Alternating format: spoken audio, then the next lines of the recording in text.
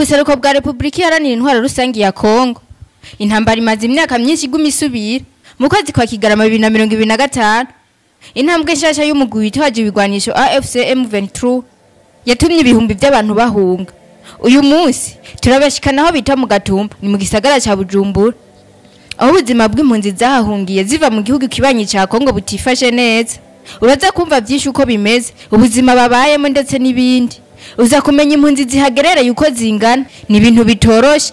Ubundi nyene iyo uri mu buhungiro ntibiba byoroshe. Iyi ni ntambara imazigiye iriko irahungabanya ibintu muri iki gihugu ca Congo. Ubuzima bw'abanyagihugu buhungabana. Ni nyuma yaho byari byavuzwe ko M23 yemeye kuva muri iki gice ca Uvira. Ndeza kukubwira ko M23 imaze kuva mu muji wa Uvira. Uvira ni ntara yegeranye n'igisagara ca Bujumbura. Hafi y'ikiyaga Tanganyika ku birometero 200 gusa kugira ngo ushike mu gisagara ca Bujumbura. Ayi impunzi zimwe ziri mu Gatumba. Hari n'izindi ziri mu Rumonge ndetse no mu Buganda. Ugumane nanje rero muri kino kiganiro ndakubwira ko ari ibibazo bidasanzwe. Ibibazo byiyongera mu bindi ni Viviane Manirambona nkuko bisanzwe. Unkundi rero ndakujana ahantu bita mu Gatumba ariko ndifuza kubona wagize subscribe nimba utarabikora. Maze ntuzuracikwa n'ibiganiro bica kuri Tele de la Richesse. Ndaguhaye ikaze rero dusangire kino kiyago cy'uyu munsi. M23 numugwi wavutse mu 2013. Wagiye umera nk'utakaza inguvu yamara mu 2021 wongeye kwivyukiranya ugarukana amaraso mashasha. Mu 2025 AFC M23 yafashe ibice byinshi vya Kivu ya ruguru ndetse na Kivu y'epfo. Igihe warondera kwinjira mu gisagara ca Uvira abantu benshi barahunze ku rugero ruteye ubwoba. Ubundi nyene iyi ntambara yegereye imihana umutekano w'abanyagihugu bawarangiye maze uronse yuhungi ugahitamo kuva aho hantu. Mu bantu baharugwa mu 300 bamaze guhunga bava muri Uvira berekeza mu mici itandukanye. Aha muri bo abaharugwa mu 185 barahungiye mu gihugu cy'u Burundi. Aha ndakubwira ko ubuzima bwabo bugoye. Nakubwiye ko atari ibintu byoroshe. Muri abo nyene harimo abakenyezi, abana, abakuze ndetse n'abasaza. Aba bahunze atani ikintu cyo kwifashisha batwaye. Ubundi nyene uri kurahunga nturinda guhindukira inyuma ngo uje kuraba ivyo utwara ndetse n'ivyo udatwara. Bamwe bati twagiye twiruka abana bagenda bararira.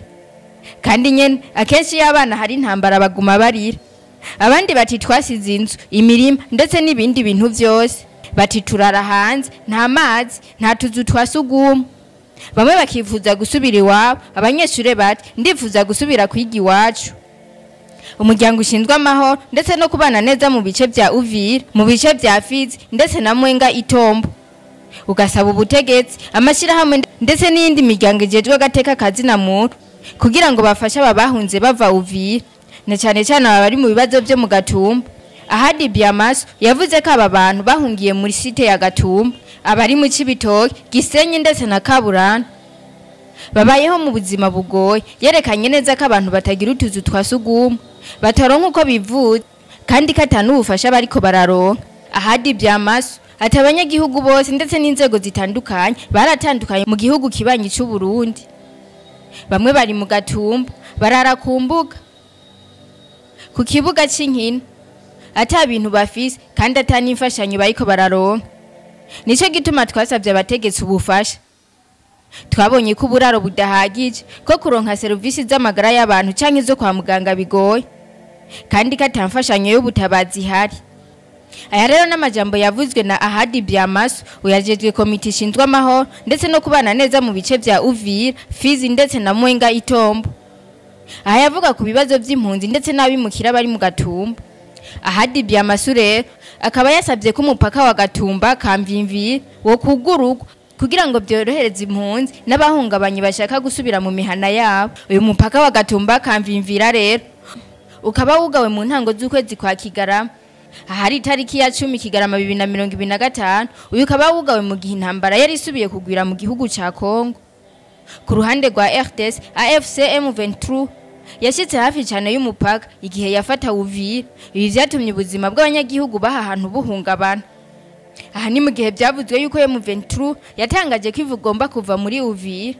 Umuhuza w'ibikogwa wa AFC M23 Colonel Nanga yavuze ko kuva muri Uvira ari mu ntumbero yo gukingira intambwe mu biganiro byabereye ni mu gihugu ca Qatar.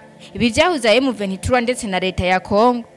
Yavuze ati AM23 izokura ku bw'ingabo zayo ku butaka bwa Uvira atawigishije inama, ariko ntiyigeze avuga igihe ivyo bizobera. Uyu munsi ndakubwira Kivu Morning yatangaje ko FC M23 imaze kuva muri Uvira.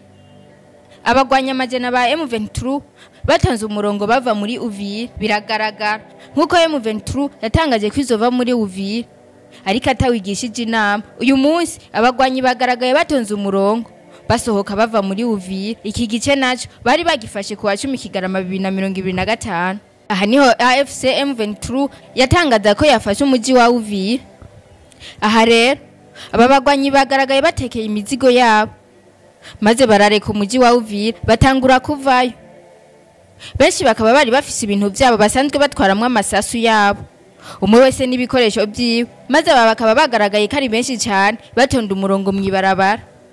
Aha rero hakaba hari igihe cy'isaha 12 umugwi w'abasirikare wa M23 batari bake babonetse bava muri Uvira basubira inyuma bahevye iki gisagara ca Uvira. Patrick Muyaya umuvugizi wa leta ya Congo akaba yerekanye amakenga menshi inyuma yaho M23 itangaje ko bariko barava muri uwo muji wa Uvira.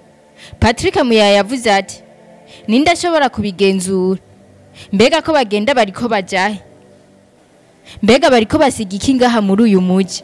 Yaravuze kandi ku makenga kuri aba basirikare ba M23 ko bashobora kwiyitirira abanyagihugu, maze agasaba kuvyitondera ndetse no gukingira abanyagihugu. Yavuze ko iryo tangazo ryasowe na M23 ryakozwe ku ruhande rumwe gusa. Yavuze kandi ko Kinshasa yiteze ukuri kugaragara kubijanye no gukurwa kw'ingabo zose z'abarundi bakuwe mu bice byose byafashwe. Ati ntihagire ikizere gihita gitangwa kuri AFC M23. Ku mugoroba weje ku wa gatatu Beritrabisimbo umwe mu barongoye M23 yamenyesheje ati uku gukura ingabo zacu muri Uvira kuriko kurakogwa kandi kuzokogwa gose bitarenze ejo. Aha yari kavuga uyu munsi urongoye M23 wa Beritrabisimbo yasabye ko abajejwe ibikorwa by'amahoro ndetse n'abandi bafatanya bikorwa bofasha kugira ngo Uvira irindwe ibikorwa by'ubugizi bwa nabi, ibihano ndetse no gusubiramo gukoresha ingabo. Ariko iri tangazo nyene ryerekeye Uvira gusa, ariko ntabwo rivuga ku bindi bice byafashwe kuva ku wa 10 Kigarama. M23 nyene yarongeye itangaza itegeko ryo kutihanganira FARDC igisirikare ca Congo ndetse n'abandi basirikare gusubira muri ako gace byihuse. Nukuvuga ko batosubira muri aka gace mu buryo bwihuse. Kubijanye n'ubutegetsi na kuwa mbere uheze icegera cy'umunyamabanga wa Etazini Christopher Landau yahuriye i Washington n'umushikiranganje w'imigenderanire ndetse n'ayandi makungu wa Congo ariwe Therese Kayikwamba wa kugira ngo baganire ku vyerekeye ibikorwa bibera mu buraruko bwa RDC mu gihe M23 izimbe nk'uko abayobozi ba Amerika bavuga ko ishigikiwe n'ingabo z'u Rwanda.